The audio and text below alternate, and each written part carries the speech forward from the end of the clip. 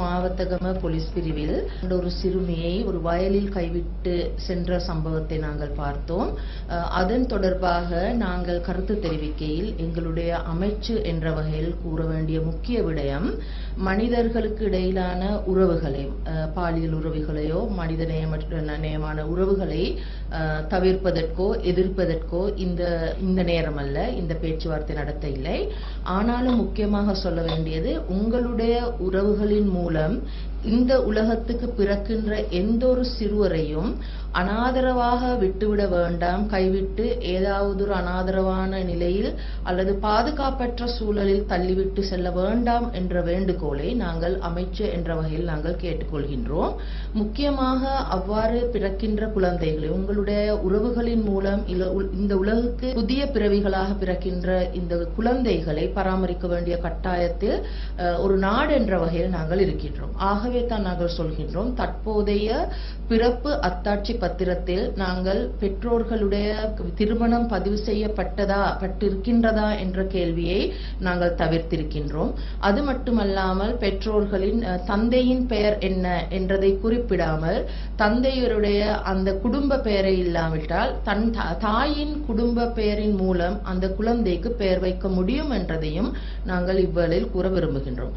அதாவது இன்னொரு விஷயமானது என்னவென்றால், நாங்கள் கூற வேண்டியது, உங்களுக்கு தற்சமயம் ஒரு சிறுவரை ஒரு குழந்தை பிரசவம் ஏற்பட்டால் அந்த குழந்தைக்கு எதிர்காலத்தில் பராமரிப்புக்கு தேவையானவாறு பொருளாதார வசதிகள் இல்லாவிட்டால் உங்களுக்கு தன்னிச்சையாக அந்த குழந்தையை பெற்று வளர்க்க முடியும் என்ற உறுதியான நம்பிக்கை உங்களுக்கு இருப்பதாக இருந்தால் அரசாங்கம் கை கொடுப்பதற்கு தயாராக இருக்கின்றது.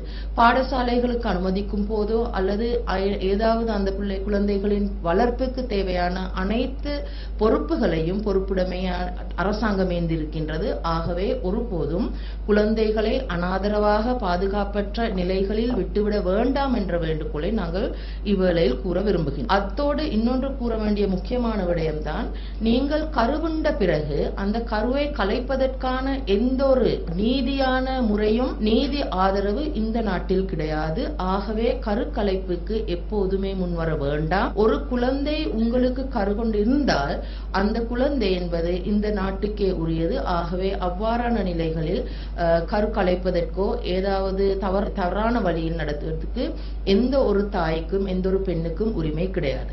ஆகவே தான் உங்களுடைய உறவுகளின் மூலம் இந்நாட்டுக்கு பிறக்கின்ற குழந்தைகளுக்கு உங்களால் பராமரிப்பு கொடுக்க முடியாவிட்டால் அந்த தாய்மார்கள் இளம் யுவதிகளாக இருக்கலாம், சிறு வயது தாய்மார்களாக இருக்கலாம், பாடசாலை மாணவிகளாக இருக்கலாம், நீங்கள் இவ்வாறு ஒரு கருவை கொண்டு பிரசவம் பார்த்தால் அதற்கு பிறகு இந்த நாட்டில் உள்ள சாபத்துக்கும் சௌகரியங்களுக்கும் அதே போல சமுதாயத்தில் ஏற்படுகின்ற அனைத்து விளைவுகளுக்கும் நீங்கள் தான் தனியாக முகம் கொடுக்க வேண்டும். ஆகவே தான் நாங்கள் சொல்கின்றோம், உங்களுடைய உறவுகளை பற்றி நம்பிக்கை இல்லாவிட்டால் அல்லது நம்பிக்கைகரமான ஒரு குடும்ப பாதுகாப்புடைய சூழலில் குழந்தை பிரசவம் ஏற்படுத்த முடியாவிட்டால் தயவு செய்து இந்த கருகளை தடுத்துக் கொள்வதற்கு, கரு ஏற்பது தடுத்துக் கொள்வதற்கான விஞ்ஞான பூர்வமான அணுகுமுறைகளை மேற்கொள்ளுங்கள் என்று மிகவும் தாழ்மையுடன் கேட்டுக்கொள்கின்றோம்.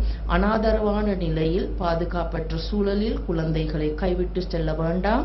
அந்த குழந்தைகளின் பராமரிப்புக்கு நாங்கள் அரசாங்கம் என்ற வகையில் நிறுவன ஆதரவுகளை, நிறுவன பாதுகாப்புகளை வழங்குவதற்கு, குழந்தைகள் தேவைப்படுகின்ற குடும்பங்களுக்கு அந்த குழந்தைகளை கையளிக்கும் முகம் எவ்வாறு அதற்கான சட்ட நடவடிக்கைகளை மேற்கொள்ள முடியும் என்றதை பற்றியும் எங்களுடைய அதிகாரிகள் மேலும் விளக்கி தருவார்கள். ஆகவே எந்த ஒரு காரணம் கொண்டும் இனிமேல் உங்களுடைய குடும்ப சூழலில் தவிர்த்து தனியாக பிறக்கின்ற தனியால் ஒரு பெண்ணால் பிறக்கின்ற இந்த குழந்தைகளை அனாதரவான நிலையில் பாதுகாப்பற்ற சூழல்களை போட்டுவிட்டு கைவிட்டு தவறு போக வேண்டாம் என்று மிகவும் தாழ்மையுடன் அரசாங்கம் என்ற வகையில் கேட்டுக்கொள்கின்றோம். குழந்தைகளின் எதிர்காலத்தை பாதுகாப்பான முறையில் உறுதி செய்வதற்கு அனைத்து பிரஜைகளுமாக ஒன்றாக செயற்படுவோம் என்றதை நான் கேட்டுக்கொள்கின்றேன்.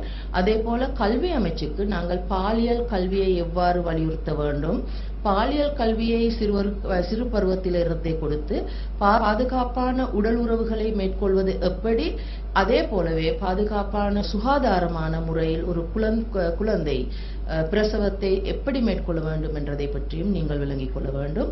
ஆகவே தான் இந்த பாலியல் கல்வி முக்கியம்.